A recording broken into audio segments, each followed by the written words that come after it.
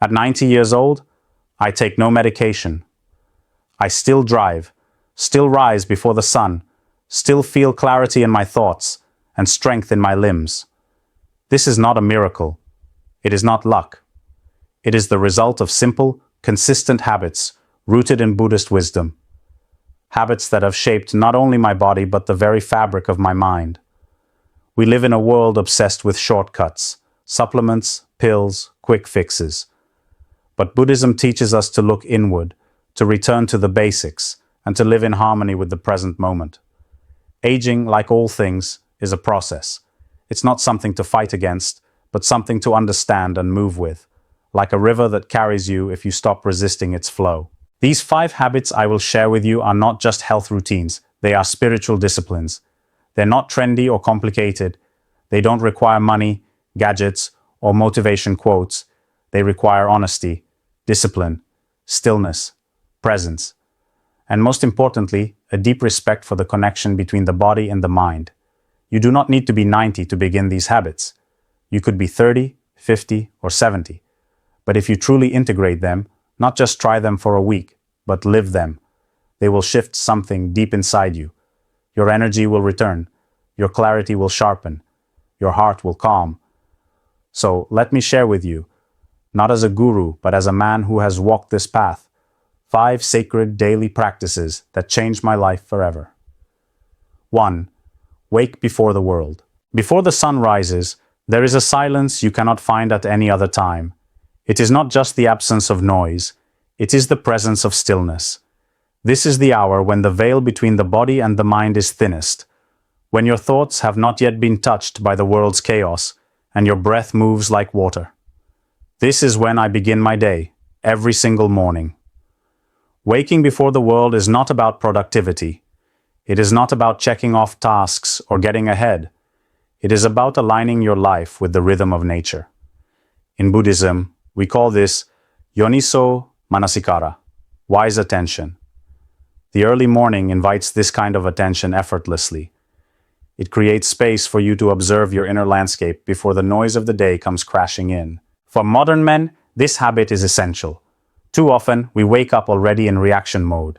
Emails, deadlines, arguments, worries. We reach for our phones before we even greet our breath. This early reaction sets a tone of disconnection. It clouds the mind. But when you wake before the world, you reclaim the sacred silence that belongs to you. You become a man who leads himself, rather than one pulled by everything outside of him. My mornings begin with sitting. No phone, no distractions, just breath. 10 deep breaths, then another 10. I allow my thoughts to settle like mud in a glass of water. I do not force them to stop. I just observe them and let them pass. Sometimes I chant softly. Sometimes I recite the 5 remembrances. I am of the nature to grow old. There is no way to escape growing old. These truths anchor me in the reality of impermanence. Then I stretch, slowly, consciously. I do not try to conquer my body. I listen to it. Every joint, every muscle, every breath is a message. I bend, not to become flexible, but to bow to the miracle of being alive. This is a meditation in movement. You do not need to be a yogi. Just move with awareness. Let the body remind you it is still here, still strong, still serving. When the world finally wakes up, I am already grounded. I do not react to the day. I walk into it with a clear mind, a steady heart, and a body that has been greeted with reverence. To those who say, I am not a morning person, I say, neither was I. But this habit is not about your preference. It is about mastery. The sun rises no matter what. Your job is to rise with it, not because it is easy, but because it changes who you are. A man who wakes before the world does not chase peace. He begins his day in it. 2. Eat like you love your life. Every meal is a meditation. Every bite is a prayer. In the West, food is often seen as fuel or indulgence, something to rush through or something to escape into. But in Buddhist tradition, eating is sacred. It is not just about survival. It is a reflection of your relationship with life itself. When I eat, I do not multitask. I do not watch TV. I do not scroll my phone. I sit. I breathe. I give thanks. This is not performance. It is reverence. A simple bowl of rice becomes a symbol of everything. The sun that nourished the plants, the rain that fell from the sky, the hands that harvested, the soil that held it all together. To eat mindfully is to realize that you are not separate from the earth. You are part of its rhythm. For the modern man, this may sound soft, but understand this. Discipline in eating is not weakness. It is strength. To know when you are full and stop. To know when you are eating out of boredom and pause. To choose simplicity over stimulation. This is mastery over your senses. And Buddhist training begins with exactly that. Mastering your cravings before they master you. I do not follow a trendy diet. I eat what is whole, what is close to the earth, what is grown with care. At 90, my meals are simple. Grains, vegetables, fruits, legumes. I chew slowly. Not because I must, but because it trains the mind to slow down. When you eat fast, your mind becomes aggressive. When you eat slow, your thoughts begin to soften. One teaching from the Buddha that I carry into every meal is this. If you knew what I know about the power of giving, you would not let a single meal pass without sharing it. So I always cook a little more than I need. Not for waste, but for offering. Sometimes to a neighbor, sometimes to a bird or stray dog. Sometimes to a friend who needs a meal more than I do. Food becomes medicine when it is prepared with love, eaten with mindfulness, and shared with generosity. And the body, this body that most people think begins to fail in old age, becomes lighter, sharper, calmer. You will not find this habit in fitness magazines. It will not get you six-pack abs, but it will give you something far more rare. Freedom from addiction to taste. Freedom from the highs and crashes of sugar and salt. Freedom from using food as a distraction. Eat like you love your life, not like you are trying to escape it. Before every meal, I say 3 things in silence. Thank you. I am alive. May this nourish every part of me. 3. Walk with no destination. Most people walk to get somewhere. I walk to arrive nowhere. In Buddhism, walking meditation is not just a practice, it is a way of being. A way to remember that the point of life is not always to move forward, but to be deeply where you are. Every day, no matter the weather, I walk. Not for exercise, not to track my steps. I walk for my soul. With each footstep, I remind myself, I have arrived. I am home. There is nowhere else I need to be. The modern world is addicted to speed. We rush from meeting to meeting, from screen to screen, always chasing what's next. But where is the peace in that? A man who never learns to slow down will never truly live. He may accomplish much, but he will never feel alive. That is the illness of this era. Constant motion with no depth. When I walk, I breathe with my steps. One breath for each footfall. I notice the wind, the sound of leaves, the smile of a stranger, the way the earth supports me without asking for anything in return. These small moments are not distractions. They are the point. This kind of walking retrains your nervous system. Your heart slows, your mind opens, your body aligns with the present, and over time, the tension you have carried for years, shoulders tight, jaw clenched, stomach knotted, begins to melt. Walking becomes therapy. It becomes prayer. In Buddhism, the Buddha himself practiced and taught this form of walking meditation. He would walk slowly, mindfully, with his monks through forests and fields, often saying nothing at all. In that silence, wisdom arises. In that slowness, truths appear. I do not wear headphones when I walk. I do not carry my phone.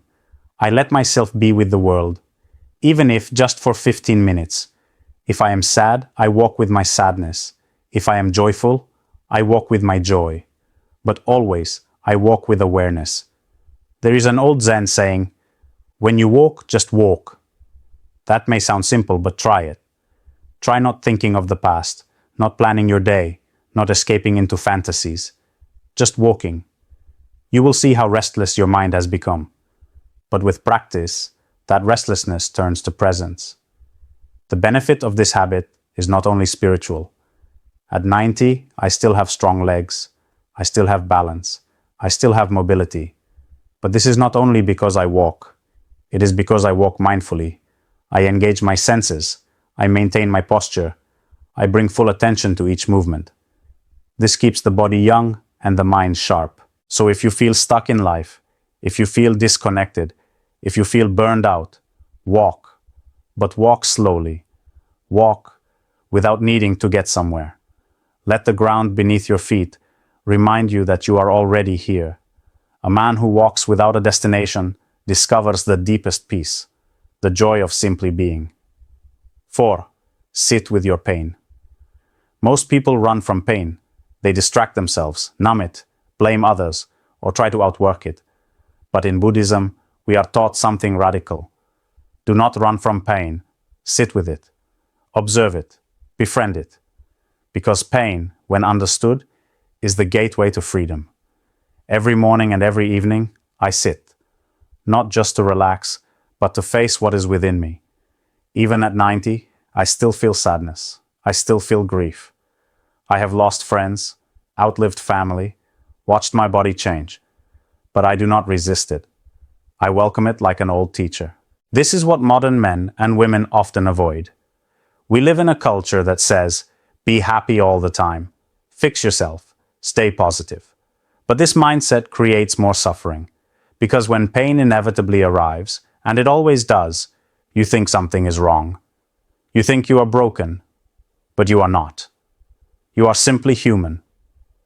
Sitting with your pain means allowing it to speak, not overthinking it, not dramatizing it, just observing it with compassion. This is called vipassana, insight meditation. You close your eyes, breathe deeply, and scan your body. Where is the tension? Where is the ache? You place your attention there, not to fix it, but to feel it. Most people are afraid that if they sit still, their emotions will consume them. But what actually happens is the opposite. Emotions rise, and then pass, like waves, like clouds. They lose their power the moment you stop running from them. This habit is not comfortable, but it is liberating. When you learn to sit with your emotional and physical discomfort, you stop being controlled by it. You become grounded, not reactive. You become a mountain in a storm, not immune to the weather, but unmoved by it. At my age, pain visits often. Some days I feel it in my joints, some days in my chest, where the grief of loss still echoes.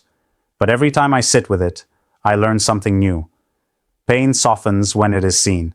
It transforms when it is accepted, and it teaches when we are willing to listen. One of the most powerful teachings of the Buddha was this: pain is inevitable, but suffering is optional. Pain is part of life, but suffering arises when we resist, deny, or judge the pain. When we say, "This should not be happening," we make the wound deeper. But when we say, "This is here, let me sit with it," the healing begins. Sitting with your pain also makes you more compassionate. When you stop judging your own struggles, you stop judging others. You become more patient, more present, more kind. This is the quiet power that grows within a person who knows how to sit still. So if you are hurting, physically, emotionally, spiritually, do not distract yourself. Sit, breathe, observe, feel, and remember, you are not weak for having pain. You are strong for turning toward it. The man who can sit with his pain is no longer afraid of life. 5. Serve without needing praise. When I was younger, I believed that doing good meant being recognized, that generosity was only complete when someone noticed it. But Buddhism taught me something far more powerful. The highest form of service is the kind done in silence, with no need for praise, reward, or applause. Now at 90, I still serve, every day, in small ways that no one sees. I sweep the temple floor. I pick up trash during my walks. I listen when someone needs to talk, even when my bones ache. I leave food where stray animals gather. I write letters of encouragement to young people I've never met, not because I want to be known, but because it brings peace to my heart. This is the essence of dana, or selfless giving. It is the first and most important practice in Buddhist tradition. Giving not just your money, but your time, your attention, your presence. Giving without strings. Giving without the ego shouting, "Look at me." In today's world, people post everything. Every act of kindness is turned into content. Every donation becomes a headline. But real service is quiet. Real service is what you do when no one is watching. And it transforms you in a way that no public recognition ever could. Serving others without needing anything back purifies the heart. It scrubs the rust from your soul. It reminds you that you are not the center of the universe, but part of something much greater. When you serve from this place, your heart becomes light. You sleep better. You feel connected even if you live alone. Many modern men feel isolated, empty, unfulfilled. They chase goals, achievements, status, and still feel hollow inside. Why? Because fulfillment does not come from taking, it comes from giving. Not in grand gestures, but in everyday acts of love. The Buddha once said, "If you light a lamp for someone else, it will also brighten your own path." This is not just poetic, it is literal. When you help others without attachment, your own burdens feel lighter. Your depression eases, your anxiety softens, your body even responds. Less tension, lower blood pressure, more vitality. One young man once asked me, "But what if people take advantage of me?" I smiled and said, "Let them. You are not serving for them. You are serving for the sake of your own soul." This is not weakness. This is spiritual strength. The strength to give when it is inconvenient. The strength to forgive when no one apologizes. The strength to love even when no one sees it. At 90, I do not need an audience. I serve because it keeps my spirit clean. Because when I die, I want to know I left this earth with less suffering than I found. That is enough. That is everything. So ask yourself, not what can I get today, but what can I give quietly, lovingly, without needing anything in return. A man who serves without needing praise becomes a light in a dark world, and the light heals him first. I am 90. I take no medications. I still drive. But more importantly, I still feel alive, deeply, peacefully, fully. Not because I chased youth, but because I honored life. These 5 habits, waking before the world, eating with reverence, walking mindfully, sitting with pain, and serving in silence, are not secrets. They are truths that have been passed down through the wisdom of the Buddha. They require no wealth, no perfection, only presence. If you begin to live even one of them, your life will begin to shift. And if you live all of them, you will not just exist. You will awaken.